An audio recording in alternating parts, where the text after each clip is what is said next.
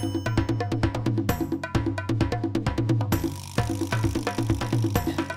morning. I would like to thank you all for joining me today.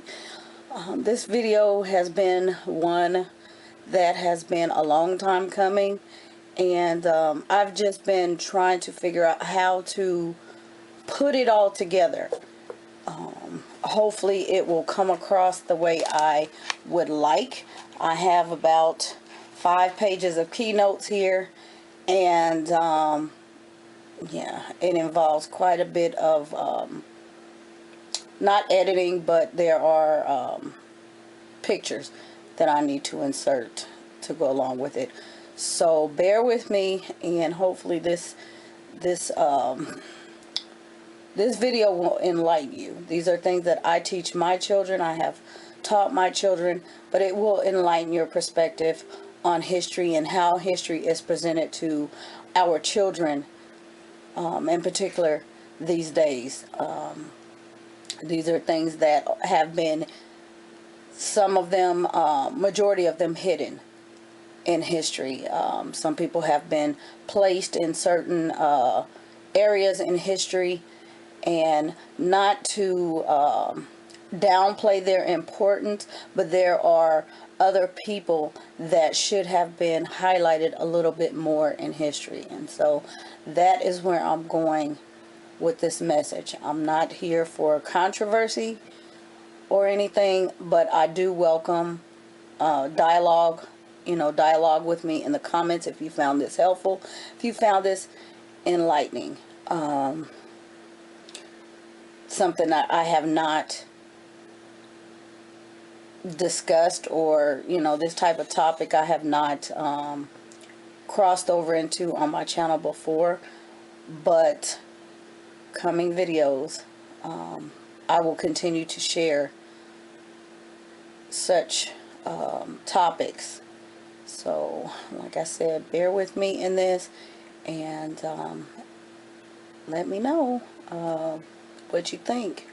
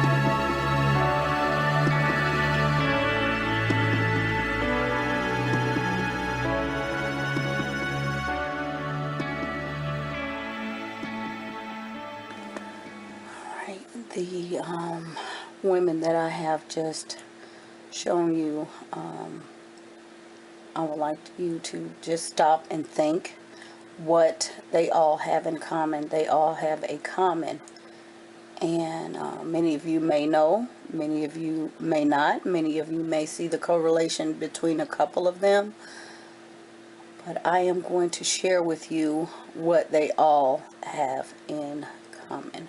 So here we go. Frances Watkins Harper, April 1858. Frances Harper was a writer, a teacher, a public speaker.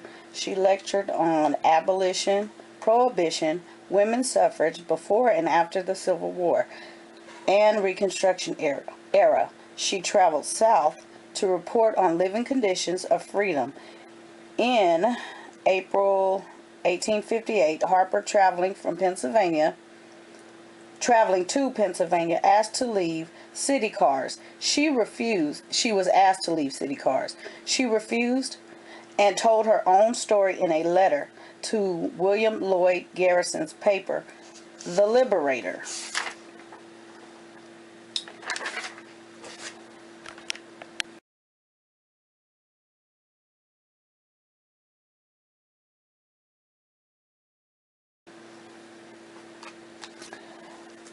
Elizabeth Jennings Graham.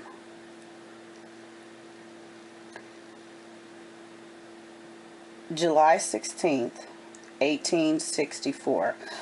Elizabeth Jennings Graham was a school teacher, a church organist at First Colored American Congregation Church in New York. She and a friend, Sarah Adams, hailed a horse-drawn streetcar because they were running late for church and didn't notice if there was a no Negro person allowed sign. The conductor told them to get off. Sarah got off. Elizabeth clung to the window frame. The conductor drove on and stopped when he saw a police officer. The officer boarded the streetcar, pushed her off, damaging her bonnet and her dress. Her father contacted a lawyer, Chester Arthur, future U.S. President. Arthur won Third Avenue Railway Company.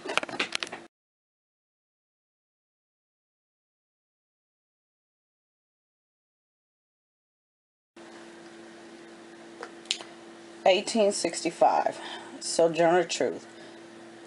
Sojourner Truth challenged segregated horse car system in D.C. Drivers refused to stop for blacks. She was slammed against a door.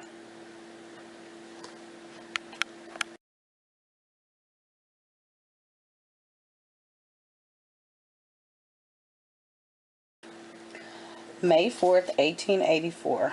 Ida B. Wells. Chesapeake and Ohio Railroad. 1875. Civil Rights Act ban in Memphis, Tennessee. She hired an attorney. Ida B. Wells first began protesting the treatment of black Southerners when on a train ride between Memphis and her job at a rural school. The conductor told her that she must move to the train's smoking car. Wells refused, arguing. She purchased a first-class ticket. The conductor and other passengers then tried to physically remove her from the train. Wells returned to Memphis, hired a lawyer, and sued the Chesapeake and Ohio Railroad Company. The attorney was paid off by the railroad company. Wells hired another attorney and won in a local court, awarded $500. Chesapeake and Ohio Railroad Company appealed, and Tennessee Supreme Court overturned the case.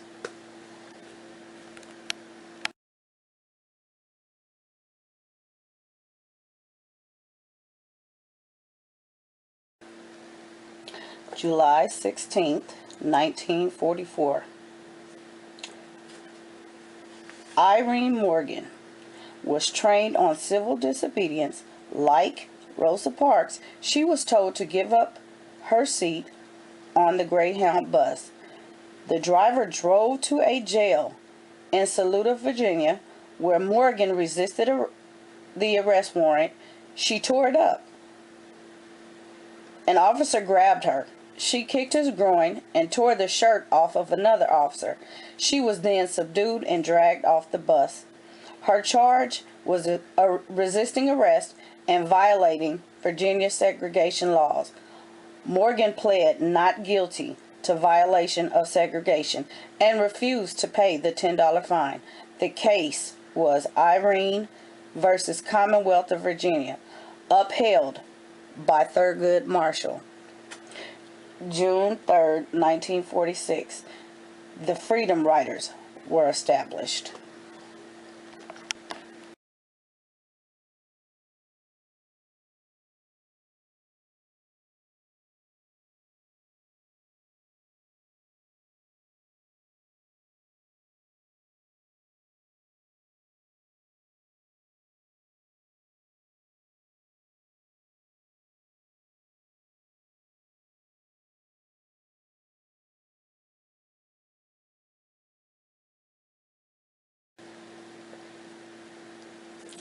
1952.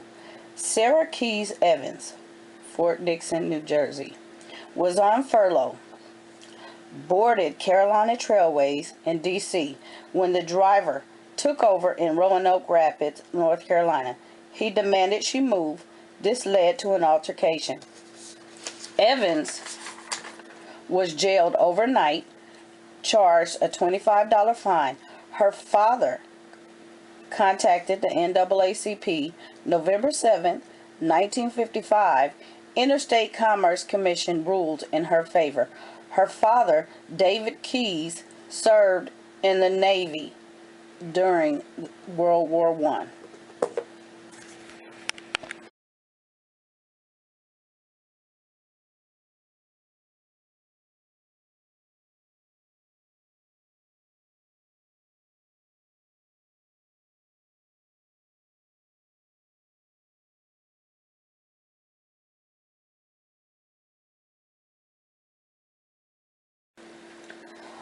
March 2nd, 1955.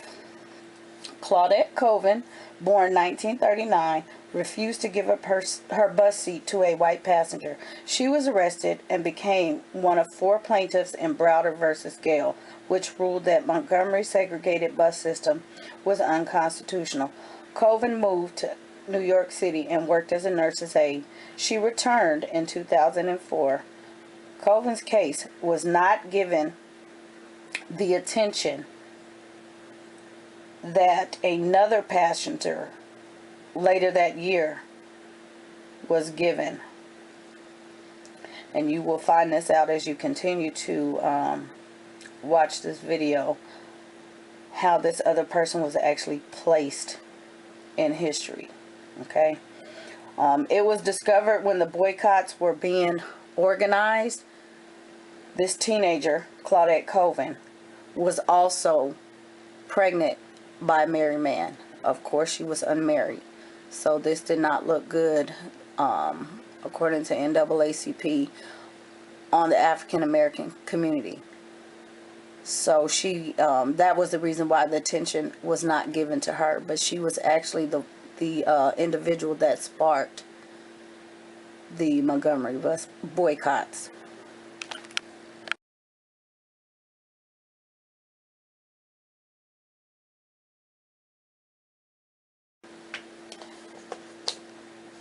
April 19th, 1955, Aurelia Browder, Montgomery, Alabama, a widowed mother of 6 children, a seamstress, a midwife, and a teacher, graduated with honors from Alabama State University. At the university, Browder met Joanna Gibson Robinson, an English professor, civil rights activist, member of the Women's Political Council. On April 19, 1955, in Montgomery, Alabama, Browder was arrested for refusing to relinquish her seat to a white customer on a city bus. Inspired by Robinson, Browder got involved and participated in the lawsuit proposed by Montgomery Improvement Association, Browder versus Gale.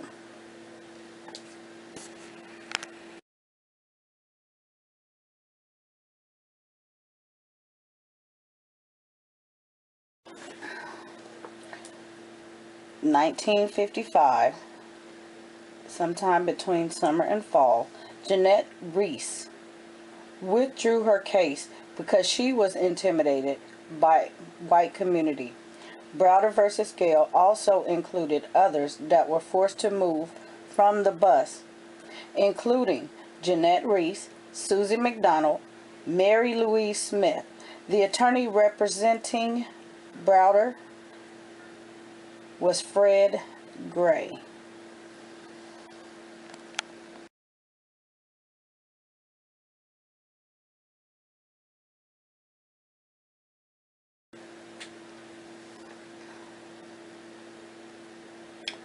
October 2nd, 21st, October 21st, 1955. Mary Louise Smith, born 1937.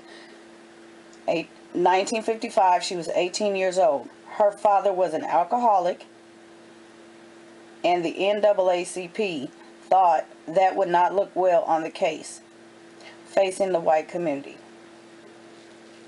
She was included in the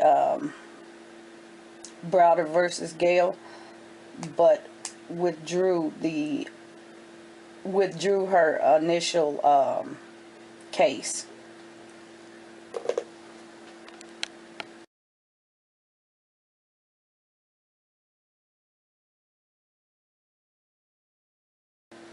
December 1st, 1955.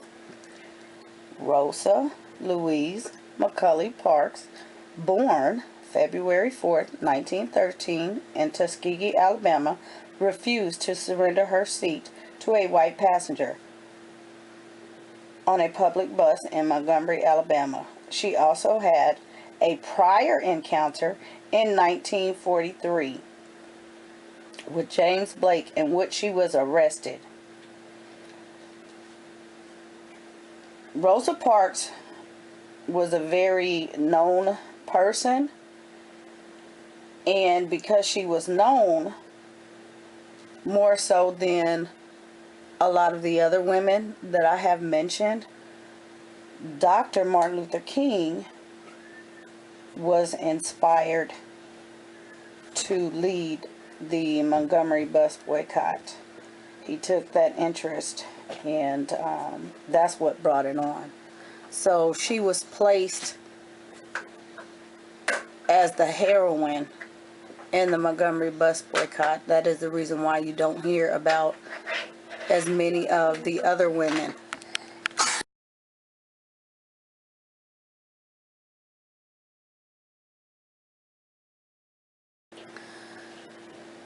So history as it is presented today to our children, us as well, we are taught that Miss Rosa Parks, with all due respect and honor, is the first African American woman to be put off of the city bus, in which that is actually not true. Okay, all these women, like I said, they all have a correlation going back to Elizabeth Jenny Graham and her friend Sarah Adams. They were actually number 2 and 3, which would place Miss Rosa Parks number 12 on the list. Number 12. Again, because history